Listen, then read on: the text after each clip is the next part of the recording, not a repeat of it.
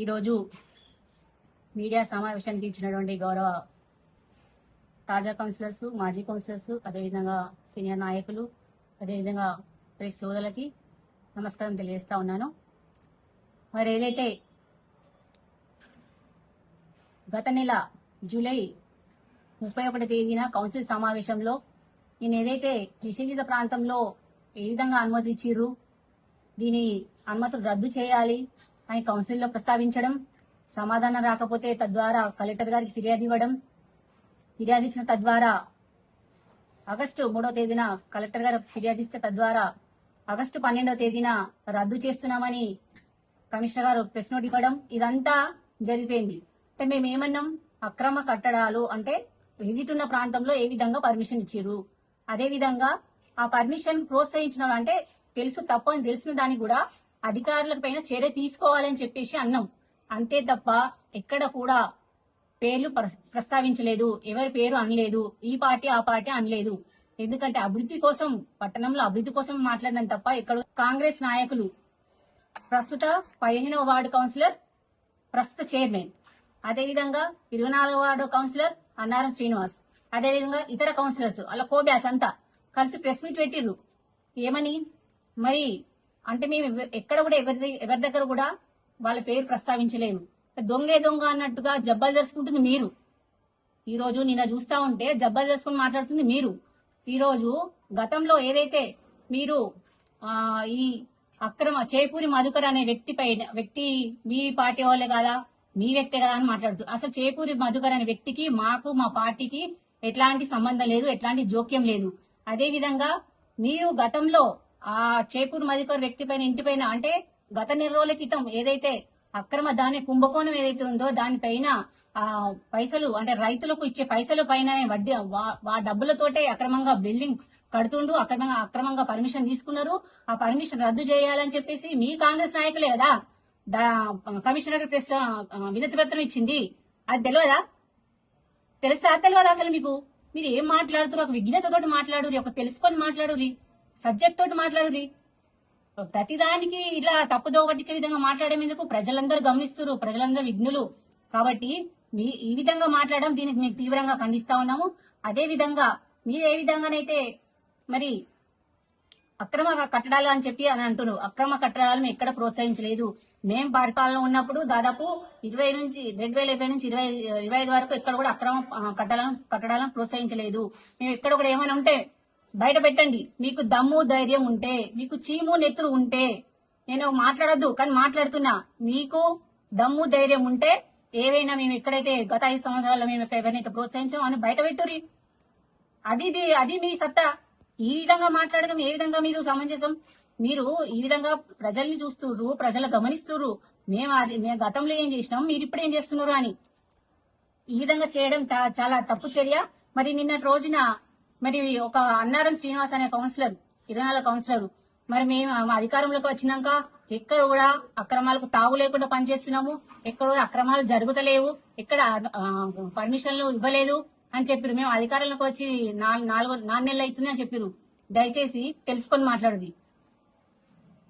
ఫిబ్రవరి 21వ తేదీన చార్జ్ తీసుకుంటే మరి ఈ రోజు ఆగస్టు 20, రేపటి 21 అంటే అధికారంలోకి వచ్చి 6 నెలలు అవుతుంది.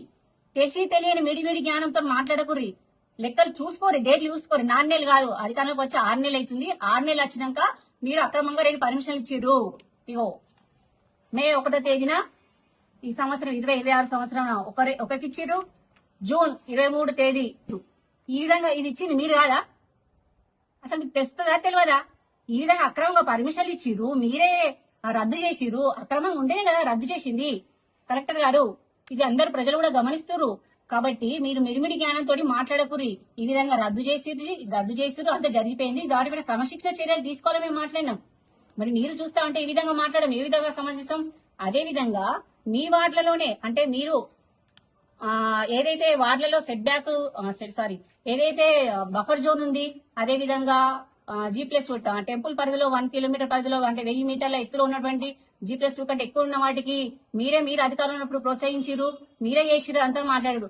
సవాల్ విసురుతున్నా, ఛాలెంజ్ చేస్తున్నా. మేము ఎక్కడ పర్మిషన్లు ఇచ్చినామో, ఎక్కడ ప్రోత్సహించినామో అవన్నీ బయటకు దిగిరి. మీకు ధైర్యం ఉంటే అవన్నీ బయటకు తీసి మాట్లాడుర్రి. ఈ రోజు మీరు మీ వార్డులలో మీరు అంటే మీ కౌన్సిలర్ మీ భార్య అన్నారం ఉమారాణి గారు కౌన్సిలర్ గా ఉన్నప్పుడు మీ వార్డులలో హాస్పిటల్ వెలిసింది, షాపింగ్ మాల్ వెలిసింది.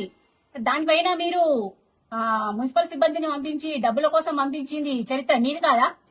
చరిత్ర వెనుకకు చూసి మాట్లాడుర్రి, చరిత్ర మీది, అట్లాంటి చరిత్ర మీది. కాబట్టి ఇవన్నీ తెలుసుకొని మాట్లాడుర్రి, అవగాహనతోటి మాట్లాడుర్రి. ఈ రోజు మమ్మల్ని మాట్లాడే ముందు మేము ఎక్కడ కూడా అక్రమాలు ప్రోత్సహించలేదు, ఎక్కడ కూడా మేము దీనికి సపోర్ట్ చేయలేదు అని ఉంటే బయట పెట్టండి. అదే విధంగా ఎంపీ రికార్డులు, దొంగ బిల్లులు అని సంతకాలు పెట్టి తీసుకున్నారు అని ఆ విషయం మాట్లాడారు. అసలు మీకు కౌన్సిలర్ గా పనిచేసి పెడతారు, సంబంధిత ఏఈ పెడతారు, లేకపోతే కమిషనర్ పెడతారు, డి పెడతారు, లేకపోతే ఈ విధంగా వీళ్ళు పెడతారు. కానీ చైర్మన్ సంతకం ఇక్కడ ఉంటుందా? నోట్ ఫైల్ పైన ఉంటుంది చైర్మన్ సంతకం. అంటే మీ చైర్మన్ గారు ఇప్పుడు ఎంపీల పైన మరి అట్లా చేస్తారు ఏంది? మరి ఈ విధంగా ఏ విధంగా తప్పుతో విధంగా మాట్లాడతారు మీరు? ఈ విధంగా మాట్లాడిరు, ఈ విధంగా బఫర్ జోన్ గురించి మాట్లాడిరు. బఫర్ జోన్ అంటారు. మీరు అధికారంలోకి వచ్చినాక 6 నెలలు అయినాక మీరు ఏవైతే ఈ బఫర్ జోన్లు ఉన్నాయో వాటి కోసం దాదాపు 35-40 వరకు కూడా నోటీసులు ఇచ్చారు వారికి. ఏమని? అవన్నీ కూలగొడతాం, మేము చర్య తీసుకుంటామని. ఆ చర్య తీసుకోరి ఫస్ట్. మీరు ఏవైతే నోటీసులు ఇచ్చారో వారికి చర్య తీసుకోరి మీరు ఫస్ట్. అవి తీసేరి, మేము ప్రోత్సహిస్తాం. మేము కూడా ఇంకా ఎక్కడున్నా అవన్నీ కలిసి చేద్దాము.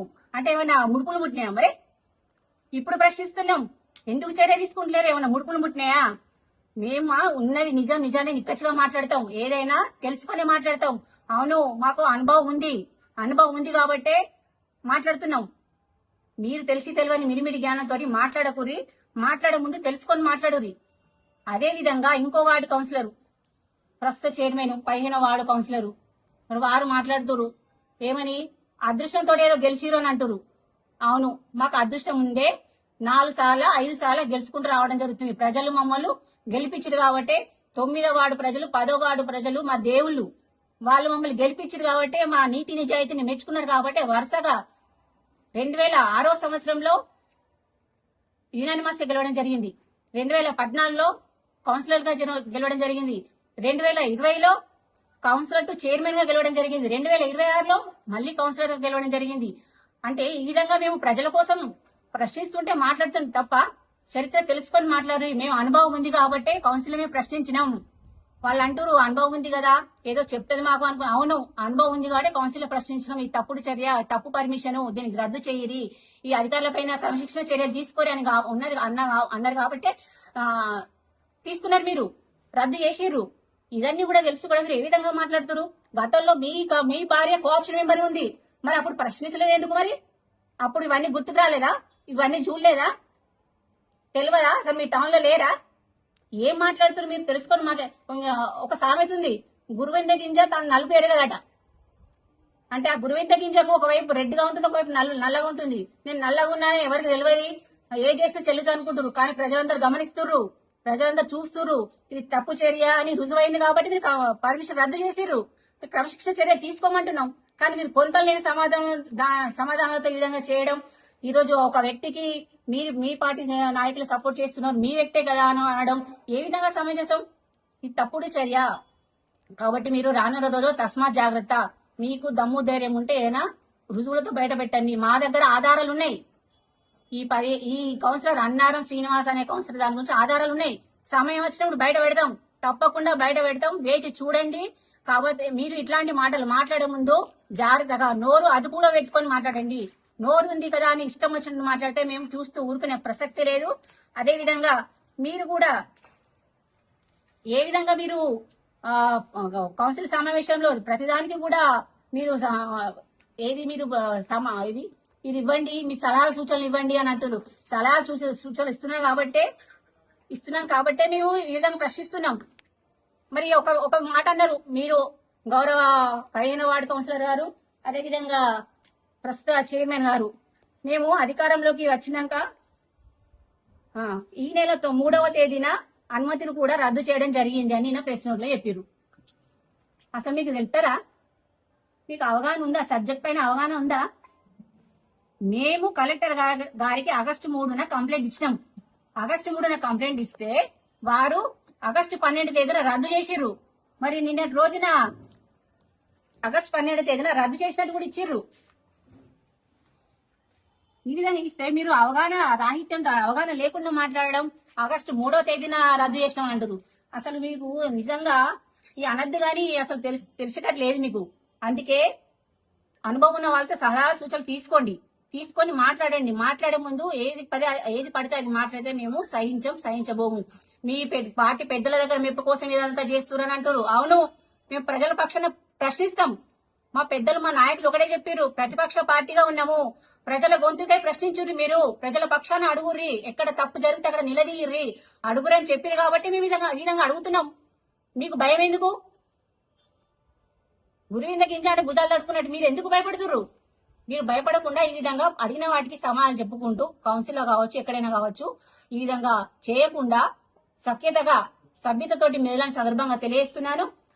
మేము అధికారంలో ఉన్నప్పుడు 20 నుంచి 25 వరకు అంటే 5 సంవత్సరాలు ఉన్నప్పుడు 110 కోట్లతోటి నిధులు అంటే అభివృద్ధి పరంగా చెప్పడం జరిగింది. ఎక్కడ కూడా తారతమ్య భేదం లేకుండా అన్ని వార్డులకు అభివృద్ధి చేసుకోవడం జరిగింది.